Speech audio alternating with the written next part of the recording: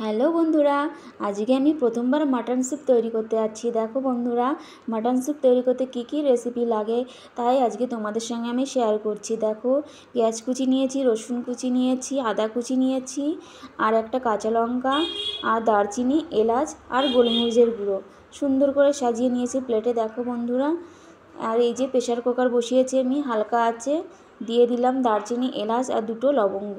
চাইলে তোমরা সাদা তেল ব্যবহার করতে পারো কিংবা বাটার, ঘি, কিন্তু আমার ঘরে বাটারও শেষ হয়ে গেছে আর ঘিও নেই, তার জন্য আমি দিয়ে দিয়েছি সর্ষের তেল। দেখো, সর্ষের তেলটা গরম হয়ে যাওয়ার পর এটাকে হালকা আছে, একদম বেশি মানে ভাজা করা যাবে না, বুঝেছো? এটা বেশি ভাজলে ওটা টেস্টটা খারাপ হয়ে যাবে। দেখো, ওটা হালকা ভাজা হয়ে যাওয়ার পর আমি পেঁয়াজ কুচি, রসুন কুচি আর আদা কুচি দিয়ে দিয়েছি। এটাকে আমি হালকা নেড়ে নিচ্ছি। এটাও বেশি ভাজা যাবে না, বেশি ভাজলে টেস্টটা খারাপ হয়ে যাবে। আর এই যে নুনটা দিয়ে দিলাম, নুনটা দিয়ে দেওয়ার কারণ হচ্ছে পেঁয়াজের যে রসটা থাকে, পেঁয়াজের রসটা বার হয়ে যাবে আর পেঁয়াজটা একটু নরম হয়ে যাবে, তাহলে টেস্টটা ভালো লাগবে খেতে, যেহেতু জলটা মরে যাবে। দেখো বন্ধুরা, আমি সুন্দর করে এটাকে ফ্রাই করে নিয়েছি। ফ্রাই করে নেওয়ার পর দেখো, মাটনগুলো ছিল ওগুলো আমি দিয়ে দিয়েছি। মাটন দেওয়ার পর কাঁচা লঙ্কাটাও দিয়ে দিয়েছি। এবার হালকা নেড়ে নিচ্ছি, হালকা গ্যাসের ওভেনটা একদম ধিমে দেবে। দেওয়ার পর আমি একটু কালারের জন্য হলুদ দিচ্ছি, তোমরা চাইলে হলুদ নাও দিতে পারো, আমি কালারটার জন্য জাস্ট একটু হলুদ দিলাম। দেখো, হলুদটা দিয়ে নুনটা স্বাদ মতো দেবে, যে যেরকম খাও, দিয়ে হালকা করে কষিয়ে নেবে।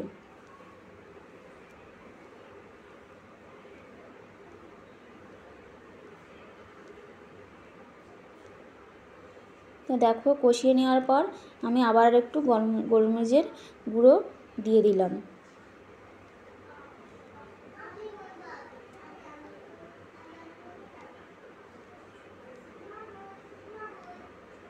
তো আমার কষানো হয়ে গেছে বন্ধুরা, দেখো তেলও ছেড়ে দিয়েছে। দেখো, সুন্দর কষানো হয়ে গেছে। পেঁয়াজগুলো কিন্তু দেখো বেশি ভাজবে না, কিন্তু এরকমই আমার মতো ভাজবে তোমরা। এবার আমি 500 জল দিয়ে দেবো। দেখো, যে যতটা আর কি মাটনের আর কি দেবে টেংরি, ততটাই সেই বুঝে আর কি জল দেবে। যেহেতু আমার এখানে 250 মতো ছিল, তার জন্য আমি 500 মতো জল দিলাম। দেখো, এটা আমার হয়ে গেছিলো। প্রেশার কুকারটায় বসিয়ে দিয়েছিলাম, 15টা সিটি দেওয়ার পর এটাকে আমি নামিয়ে দিয়েছি। দেখো, খুব সুন্দর, দেখো হয়ে গেছে। মাংসটা বেশ ছাড়া ছাড়া হয়েছে হাড় থেকে। আর নামানোর পর একটু গোলমরিচের গুঁড়ো আর একটু নেড়ে দিলাম।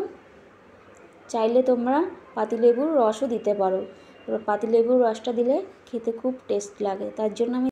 তো বন্ধুরা, আমার এই মাটন স্যুপের রেসিপিটা তোমাদের কেমন লাগলো অবশ্যই কমেন্টে জানাবে। টাটা, বাই বাই, আবার দেখা হচ্ছে নতুন একটা ভিডিওর সঙ্গে।